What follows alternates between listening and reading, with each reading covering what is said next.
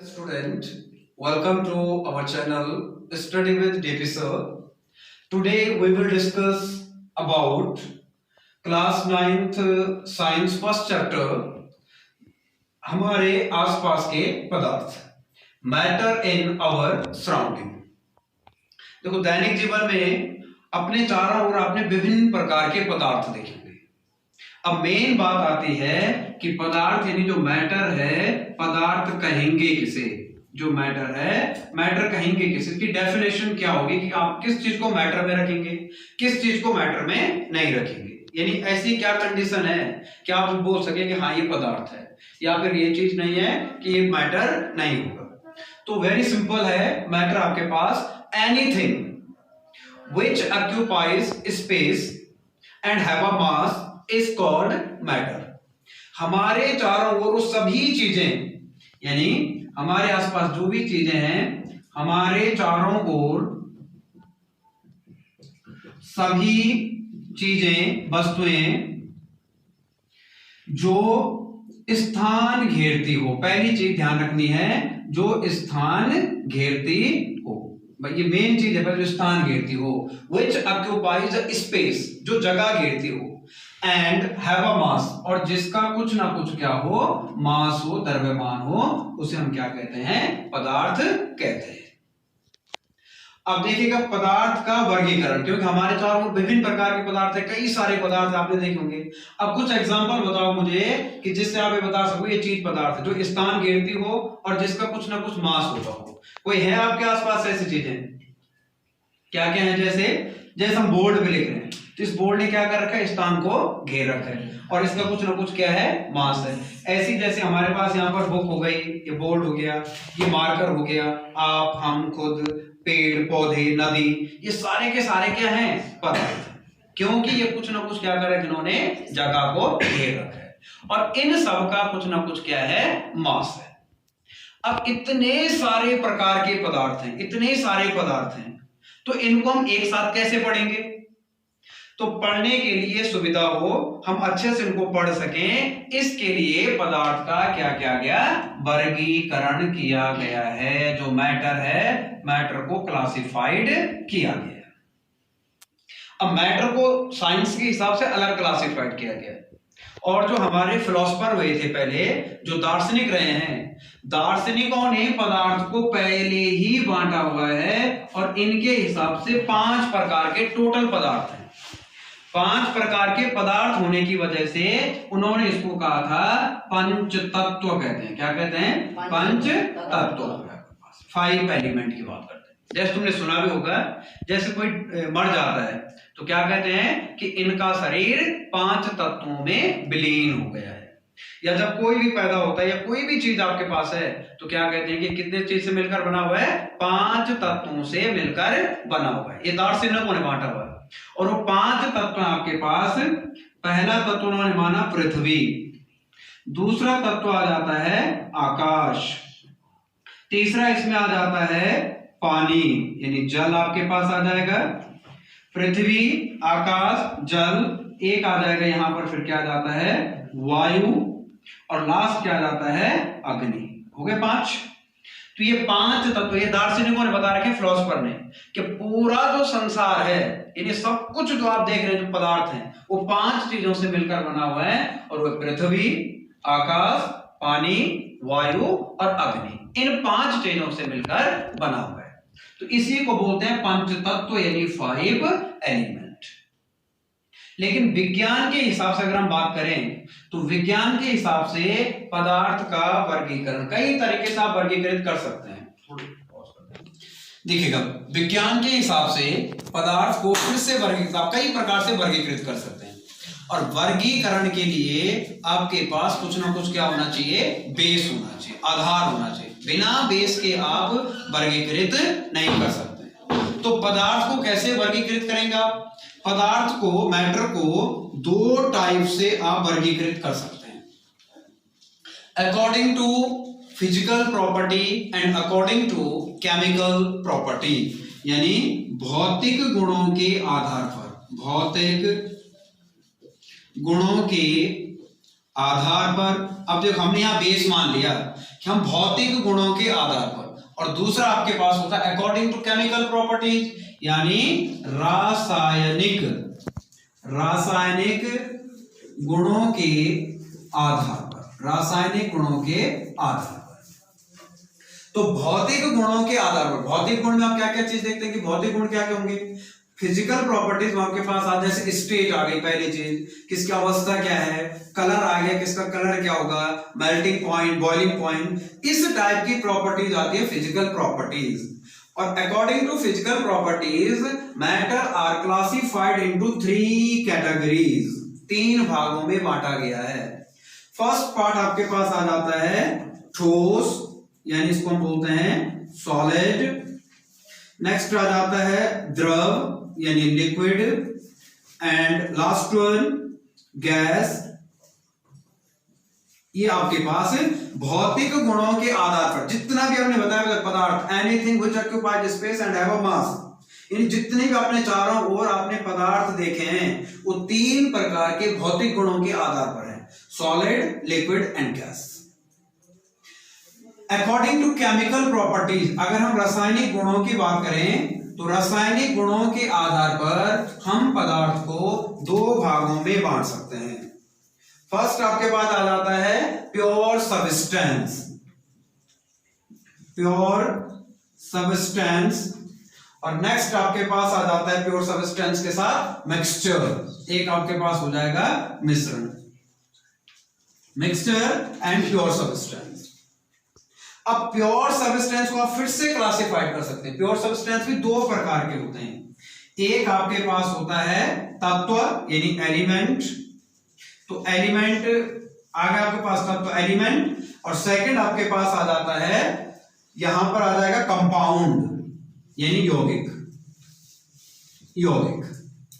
अब तत्वों को फिर से बांटा गया, तत्व 3 प्रकार के आपके पास होते हैं, मेटल यानी धातु, दूसरा नॉन मेटल अधातु, और तीसरा मेटलॉइड यानी मिश्र धातु। तत्व आपके पास 3 प्रकार के हैं, धातु, अधातु, मिश्र धातु। और कंपाउंड आपके पास 2 प्रकार के हैं, एक आपके पास आ जाता है ऑर्गेनिक कंपाउंड, ऑर्गेनिक यानी कार्बनिक यौगिक, ऑर्गेनिक कंपाउंड, और नेक्स्ट आता है inorganic compound, organic and inorganic, यानी जो कार्बन से मिलकर बने होंगे वो कार्बनिक यौगिक, और जो बिना कार्बन के अलावा, कार्बन को छोड़कर अन्य किसी चीज से बने होंगे वो आ जाएंगे इनऑर्गेनिक यौगिक। ऐसे फिर से मिश्रण को भी बांटा गया, जो मिक्सचर आपके पास जो मिश्रण है, तो मिश्रण भी आपके पास 2 प्रकार के होते हैं, homogeneous mixture and heterogeneous mixture, यानी समांगी मिश्रण, समांगी मिश्रण, और एक आ जाता है विषमांगी मिश्रण। ये आपके पास पदार्थ का टोटल वर्गीकरण हो गया। आप इस प्रकार से क्लासिफाई कर सकते हैं। भौतिक गुणों के आधार पर 3 प्रकार के हैं, सॉलिड, लिक्विड एंड गैस। लेकिन अकॉर्डिंग टू केमिकल प्रॉपर्टीज ये आपके पास फिर से 2 टाइप के, pure substance and mixture. Pure substance further classified into 2 categories, element and compound. 3 type of element, metal, non-metal and metalloid. Compound are further classified into 2 categories, organic compound and inorganic compound. Mixture are further classified, homogeneous mixture and heterogeneous mixture. कितने पर वो जमता है, ये सारे किस में आते हैं, भौतिक, और वो है भौतिक गुणों के आधार। इसके बाद वो क्लास 9th में है, 9th में केवल आपके पास एक ही चीज है, और वो है भौतिक गुणों के आधार पर। तो भौतिक गुणों के आधार पर हम आपको पहले ही बता चुके हैं कि भौतिक गुणों के आधार पर पदार्थ कितने प्रकार के होते हैं, 3। और कौन कौन से हैं, द्रव, गैस। गुड, ये 3 प्रकार के पदार्थ हैं। अब हम किस चीज को ठोस बोलेंगे, किस चीज को द्रव बोलेंगे, और किसको गैस है। कोई ना कोई तो मानक होना चाहिए, हाँ ये चीज ठोस है, ये द्रव है, ये गैस है। तो वो मानक क्या होगा, कैसे पता करेंगे ठोस में क्यों होता है कोई चीज ठोस, या जो द्रव आपने देखो कोई चीज आपने बहने वाली देखी होगी, जैसे पानी को आप कहीं पर फेंको तो क्या होता है, ढलान की तरफ बहने लग जाता है। तेल देखोगा तेल बहने लग जाता है, लेकिन पत्थर तो नहीं बहता है। देखे पत्थर को बहते नहीं देखा है। कुछ चीजें जैसे गैस है, गैस कहीं भी भाग जाती है, अपने इधर उधर चलती रहती है। तो किसको हम सॉलिड बोलेंगे, किसको लिक्विड बोलेंगे, किसको हम गैस बोलेंगे। तो देखिएगा हर चीज चाहे सॉलिड हो, चाहे लिक्विड हो, चाहे गैस हो, एक छोटे छोटे पार्टिकल से मिलकर बने होते हैं। प्रत्येक छोटे छोटे कणों से मिलकर बने होते हैं। लाखों हजारों कण मिलकर क्या बनाते हैं, एक यौगिक बनाते हैं, कंपाउंड बनाते हैं। ठीक हो गया। तो ये पार्टिकल कैसे होते हैं, इस टाइप के आपस में। देखो उन पार्टिकल को बना रहे हो तो हमें दिखते नहीं ऐसे। सपोज कीजिए ये पार्टिकल और एसेस बने हुए, इनसे मिलकर आपके पास क्या बन जाता है, पदार्थ बन जाता है। छोटे छोटे कणों से मिलकर पदार्थ का निर्माण होता है। अब एक पदार्थ आपके पास ये है और एक पदार्थ ये है। ये पदार्थ ये छोटे छोटे कणों से मिलकर बना हुआ है। ये आपके पास छोटे छोटे कण हो गए। और एक आपके पास ये 3 प्रकार के पदार्थ मैं आपको बना के दिखा रहा हूं। ये 3 प्रकार के पदार्थ हैं। अब तीनों में कुछ फर्क दिख रहा है आपको, तीनों ज्योमेट्री में कुछ अंतर है तीनों में। तीनों ज्योमेट्री में एक हो गया, एक हो गया, एक हो गया, कुछ फर्क है। इसको बोलते हैं कॉन्स्टिट्यूएंट पार्टिकल। क्या बोलते हैं, कॉन्स्टिट्यूएंट पार्टिकल, जिससे मिलकर बना हुआ है कॉन्स्टिट्यूएंट पार्टिकल। अब कॉन्स्टिट्यूएंट पार्टिकल के बीच में जो एक दूसरे से जुड़े होते हैं, ये अट्रैक्शन फोर्स, यानी एक क्या होता है, बल द्वारा जुड़े हुए होते हैं। वो एक दूसरे को आपस में क्या करते हैं, टाइटली हेल्ड, टाइट पकड़ के रखते हैं। क्या करते हैं, टाइट पकड़ के रखते हैं। उस फोर्स को बोलते हैं इंटरमॉलिक्यूलर फोर्स। क्या बोलते हैं, इंटरमॉलिक्यूलर फोर्स। तो जो सॉलिड होता है, सॉलिड में ये जो कण होते हैं ये पास पास होते हैं। कण क्या होते हैं, पास पास होते हैं, क्योंकि इनके बीच जो इंटरमॉलिक्यूलर फोर्स है, इंटरमॉलिक्यूलर फोर्स है, वो क्या होता है, स्ट्रॉन्ग होता है। क्या होता है, इनमें स्ट्रॉन्ग होता है, बहुत ज्यादा फोर्स होता है। वो कण को बिल्कुल क्या करता है, पकड़ के रखता है, अपनी तरफ खींच के रखता है, जाने नहीं देता है। जब वो कण को पकड़ के रखता है तो इस वजह से जो सॉलिड होगी, जो सॉलिड होगा उसका जो शेप होगा, यानी जो उसका आकार होगा, इसका आकार क्या हो जाता है, निश्चित होता है। आकार क्या होता है, निश्चित होता है। अब कण को भागने में नहीं देगा क्योंकि इंटरमॉलिक्यूलर फोर्स है, अधिक है। और इनके बीच में स्थान होता है, रिक्त स्थान होता है। जैसे खाली जगह दिख रहा है आपको, प्रत्येक कणों के बीच क्या होता है, रिक्त स्थान होता है। इसको बोलते हैं इंटरमॉलिक्यूलर स्पेस। क्या बोलते हैं इसको, इंटरमॉलिक्यूलर स्पेस। इनके बीच में जगह खाली होती है। प्रत्येक ठोस में जो कण है ये वाइब्रेट करता रहता है, कंपन करता रहता है, हर बार कंपन करता रहता है। तुम्हारे शरीर, मेरे शरीर में, इस बोर्ड में भी पार्टिकल क्या कर रहे हैं, कंपन कर रहे हैं, लेकिन वो अपनी जगह पे कंपन करते हैं। क्या करते हैं, अपनी जगह पे, क्योंकि इनके बीच जो इंटरमॉलिक्यूलर फोर्स वो क्या है, स्ट्रॉन्ग है। इसीलिए इनका आकार निश्चित होता है। और अगर आयतन की बात करें तो आयतन भी क्या होता है, निश्चित होता है। तो ये मेन चीज ध्यान रखना है। ठोस किसे कहेंगे, जिसका आकार व आयतन क्या हो, निश्चित हो, उसे क्या कहते हैं, ठोस कहते हैं। उसे क्या कहते हैं, ठोस। अब हम अगर यहां चलें, द्रव की बात करें, अब यहां पर कणों के बीच आपको खाली जगह ज्यादा दिख रही होगी, इंटरमॉलिक्यूलर स्पेस क्या दिख रहा है, ज्यादा। अब कण क्या हो सकता है, ये कण यहां से यहां पहुंच सकता है क्योंकि इसको जगह मिल रही है। ये वाला कण यहां से यहां क्या हो सकता है, पहुंच सकता है। ये वाला कण यहां से यहां भाग सकता है क्योंकि उनके बीच में क्या है, जगह है। तो इनके बीच में इंटरमॉलिक्यूलर स्पेस ज्यादा होने की वजह से द्रवों में बहने का गुण होता है। कौन सा गुण आ जाता है, बहने का। किसकी वजह से, क्योंकि उनके बीच में क्या है, जगह है। तो कण को भागने के लिए क्या मिल जाती है, जगह मिल जाती है। इसलिए इसका जो आकार होगा, यानी जो द्रव है, द्रव का आकार क्या होगा, अनिश्चित होगा। आकार क्या होगा, अनिश्चित। अब आकार अनिश्चित कैसे, जिस कंटेनर में लेंगे, जैसे बर्तन में लेंगे वो वही आकार ले लेगा। आप गिलास में लेंगे तो गिलास का आकार ले लेगा।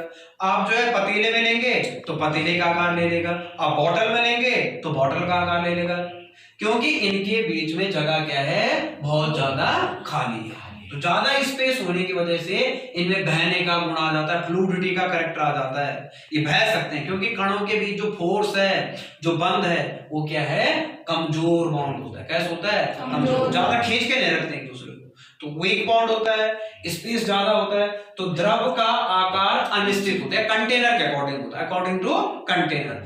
जिस तरह के बर्तन में रखेंगे वैसा ही आकार है। लेकिन अगर आयतन की बात करें, आयतन की बात करें तो आयतन क्या होगा, निश्चित होता है। आयतन क्या होता है, निश्चित। आपके पास जो है 1 गिलास पानी है, तो उस 1 गिलास पानी को आप गिलास में रखोगे तो उतना ही पानी रहेगा, आप पतीले में रखोगे तो उतना ही पानी रहेगा, आप बोतल में भी भरोगे तो पानी क्या रहेगा, उतना ही रहेगा, कम ज्यादा हो जाएगा, पानी उतना ही रहेगा। तो ऐसे पदार्थ जिनका आकार अकॉर्डिंग टू कंटेनर के हिसाब से ढल जाएगा, जैसे बर्तन मिलेंगे वैसे आकार आ जाए, लेकिन आयतन क्या हो उनका, निश्चित हो, उन्हें हम क्या कहते हैं, द्रव कहते हैं। उन्हें क्या कहते हैं, द्रव कहते हैं। अच्छा, ठोस के उदाहरण बताओ तो, अगर मुझे कुछ ऐसी चीजें बताओ तो जिनका आकार भी निश्चित होता है और आयतन भी निश्चित होता है। क्या चीज दिख रही है आपको यहाँ पर जो ठोस है, बोर्ड। जैसे हमारा क्या हो गया, व्हाइट बोर्ड हो गया, जिससे मैं लिख रहा हूं वो क्या हो गया आपके पास, मार्कर। आपके पास क्या हो गया, टेबल। आपके पास क्या है, जैसे कॉपी, आपके देखोगे चेयर। ये सारे के सारे क्या हैं, सॉलिड है। क्यों है ये सॉलिड, क्योंकि इनका आकार और आयतन दोनों क्या है, निश्चित है। अच्छा, अब मुझे एग्जांपल बताओ लिक्विड के। लिक्विड के कौन कौन से एग्जांपल होंगे, द्रव के कौन है, जो कंटेनर के हिसाब से ढल जाते हैं, पानी, और जिनका आयतन निश्चित होता है। वेरी गुड, क्या है, पानी, यानी वाटर हो गया, मिल्क हो गया, हाँ, ऑयल हो गया, ये सारे किसके एग्जांपल हैं, द्रव के एग्जांपल। इनमें बहने का गुण आ जाता है। अब हम बात करेंगे, यहां दिख रहा होगा ज्योमेट्री वाले कणों के बीच की दूरी दिख रही है, बहुत ज्यादा, और यहाँ पर इनके बीच का जो बंध होता है, जो बॉन्ड होती है, जो इनकी दोस्ती होती है, वो बहुत कमजोर होती है। क्या होती है, बहुत कमजोर होती है। कोई अट्रैक्शन नहीं रहता आपस में, तो कहीं भी भाग सकते हैं, कहीं भी भाग सकते हैं। इसलिए गैसों का आकार व आयतन, आकार व आयतन दोनों क्या होते हैं, अनिश्चित होते हैं। तो क्लियर हो गया आपको, ठोस का आकार व आयतन क्या होगा, निश्चित। द्रव का आकार अकॉर्डिंग टू कंटेनर, लेकिन आयतन क्या होगा, निश्चित। और गैस का न तो आकार निश्चित होगा और न ही आयतन निश्चित होगा, क्योंकि अब देखो इंटरमॉलिक्यूलर फोर्स इसमें सबसे ज्यादा है, इसमें कम है और इसमें बहुत कम है। लेकिन इंटरमॉलिक्यूलर स्पेस, इनके बीच में जगह, तो पार्टिकल के बीच में जगह यहाँ बहुत कम है, यहाँ थोड़ा ज्यादा है और यहाँ बहुत ज्यादा है। इंटरमॉलिक्यूलर स्पेस क्या होता है, ज्यादा होता है। तो इनमें बहने का गुण नहीं होगा, ये पास पास होते हैं, इसीलिए जो ठोस होते हैं ये रिजिड होते हैं। रिजिड का मतलब होता है कठोर होते हैं। ठोस कैसे होते हैं, कठोर होते हैं। अब यहाँ द्रव में देखो ये मुलायम हो जाएगा, गैस तो खैर निश्चित है, तो कहीं भी भाग सकती है। अब गैस के एग्जांपल बताओ मुझे, जो गैस के एग्जांपल बताओ। ऑक्सीजन, O2, CO2 आप श्वसन के दौरान छोड़ते हैं, कार्बन डाइऑक्साइड, ऐसी नाइट्रोजन हो गई, हो गया नाइट्रोजन हो गया, ऑक्सीजन हो गया, और अन्य भी आर्गन, क्रिप्टॉन, ज़ीनॉन सारी क्या आपके किसमें आ जाएंगी, गैसेस में आ जाएंगी। तो ये तीन चीज आपके पास आ गई, ठोस, द्रव और गैस। क्लियर हो गया।